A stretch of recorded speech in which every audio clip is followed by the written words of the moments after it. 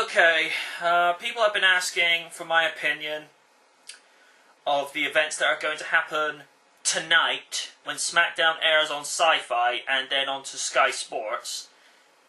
And I find it ironic that SmackDown is broadcast over here in the UK first before it gets broadcast in America, because obviously there's a 5-hour time difference between England and the States, but getting off onto a tangent.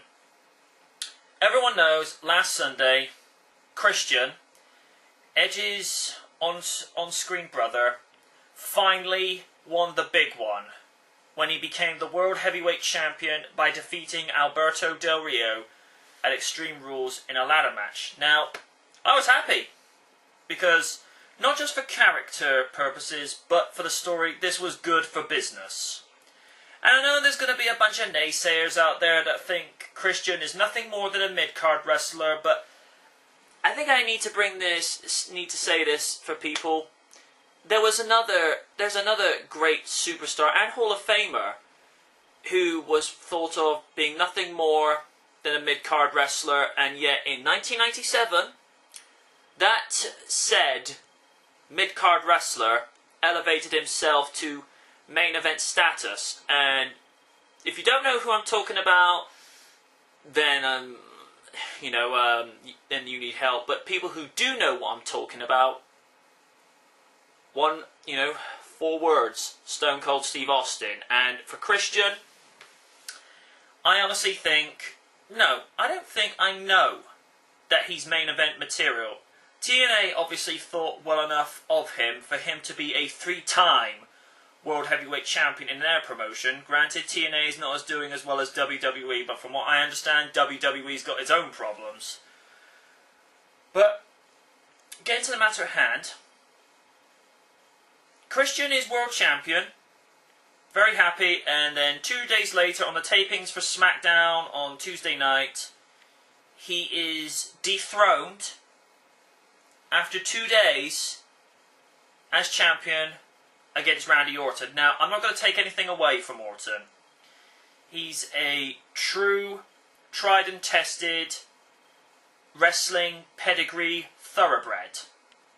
It's more or less the same thing, but with Orton, it's not like Christian was dropping the belt to someone unworthy like Del Rio or John Cena.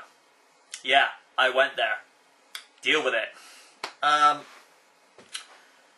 It's like I say, nothing against Orton because he is capable, but I find it's a little bit insulting to someone of Christian's caliber who has worked,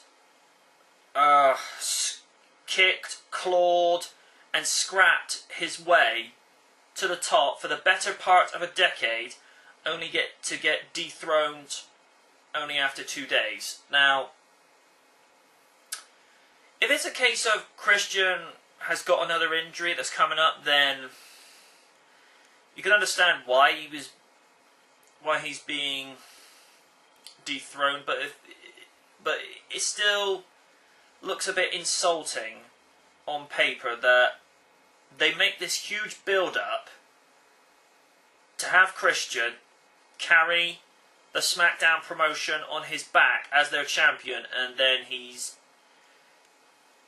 defeated after only 2 days. I mean, this reminds me of another situation. Those who are young enough to remember this, cast your minds back to 13 years ago. The night after King of the Ring, 1998. Kane was the World Wrestling Federation Champion because the night before at King of the Ring 98, he defeated Stone Cold Steve Austin in a first blood match, which somehow became a first blood Hell in a Cell match. We're not going to get too much into that technical detail because that's water under the bridge, but it's a similar thing. Austin challenged Kane to a rematch, and Kane lost the title 24 hours after acquiring it. And I feel as though we've got a similar situation with Christian. Christian has only had that belt for 48 hours, and then they take it off him. I don't know. I really don't like.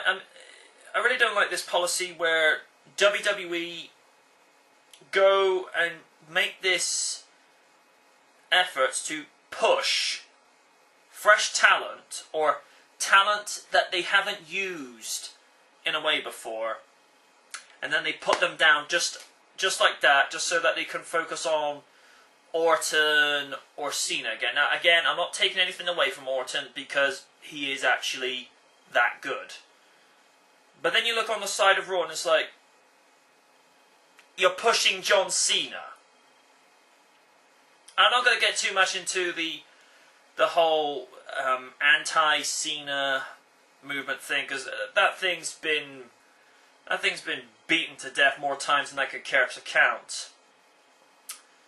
And I feel as though we've got a WCW situation in regards to this, because none of these established guys or some of these older competitors are getting out of the way to allow the younger talent and the talent that's never been given the push that they need to get over. I mean, we could think of a couple of examples. Evan Bourne, he's a phenomenally, amazing athlete to watch in the ring. Yet they don't push him. I know we've touched on this subject so many times on Main Event Night, but Shelton Benjamin. This is a guy who should have been world champion 3 times by now, but they don't push him. Say what you will about John Morrison. I mean, I don't know what goes on behind the scenes. I mean, I know there's some rumours that say that he's got an attitude problem behind the scenes, but I'm not going to get into that. I look at him for talent, for what he is, and in my honest opinion, John Morrison should be one of those guys they should be pushing for a world belt. But are WWE going to do that? No, of course they're not going to do that, because it makes too much sense. I mean, alright, back in the day, they had a clue. You put the belt on guys like The Rock, Stone Cold Steve Austin, Bret Hart, and the Heartbreak Kid, Shawn Michaels, one of my personal favourite wrestlers, because he just got over.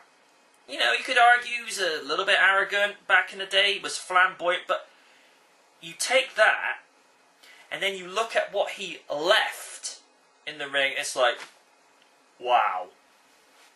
And it's like I said in the last video, guys got over with the fans just by being themselves. And Christian, in my estimation, whenever I see him cut a promo in the ring and obviously wrestle, it's natural. It feels exciting. It feels entertaining. It's the same thing with Edge. I mean, Edge more or less got over by being himself. Orton now, character-wise, I mean, I think I've said this before, they've more or less got the character right. He's not quite a face, he's not quite a heel, he's tweener. We have a word for that. I mean, some people say anti-hero, but we've got tweener. It just works.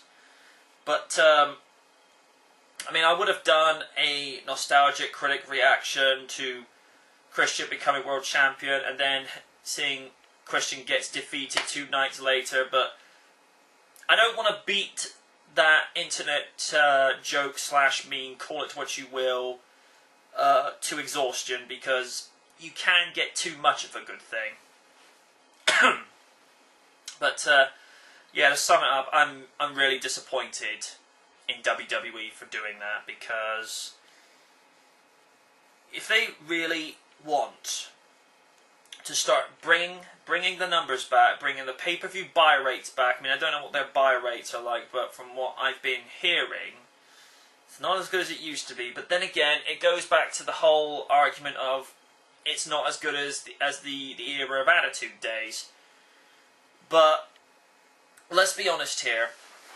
What they do now is never going to be as good as that period from late 1997 to about 2002, 2003, because you look at that period from the late 90s to the early part of the last decade, arguably in the history of sports entertainment, World Wrestling Federation and World Wrestling Entertainment, it's arguably the most exciting time as a wrestling fan.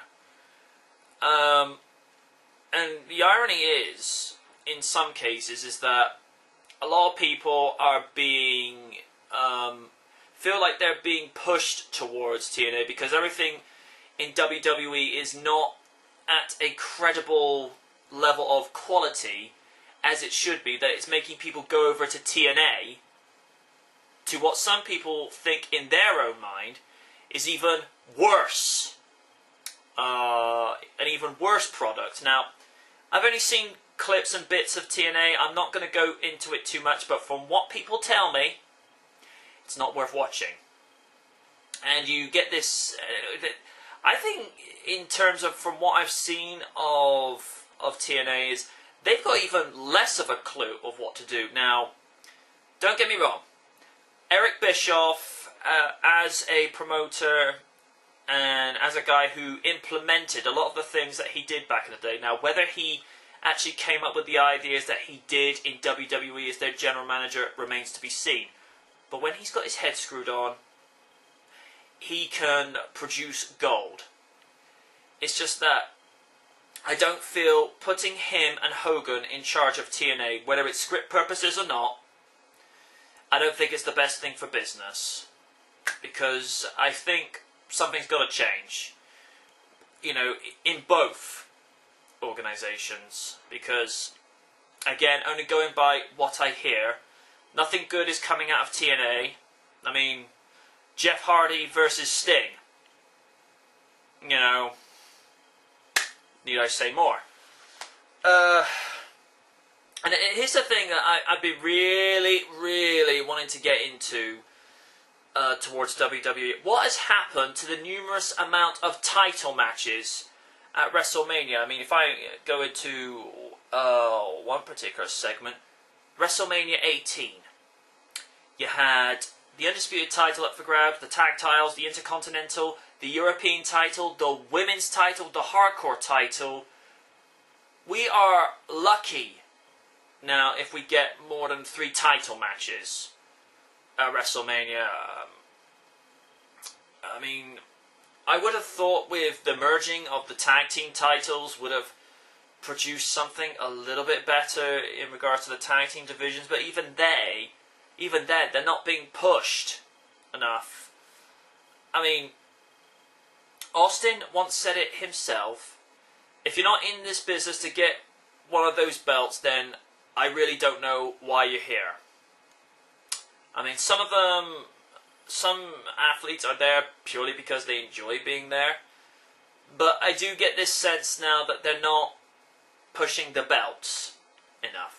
Anyway, I'm not going to go any more into this than I need to, because I've said what I more or less need to, so, you know, thank you for letting me get this off my chest, and, seriously, WWE, bad business decision, taking the belt off Christian. Enough said.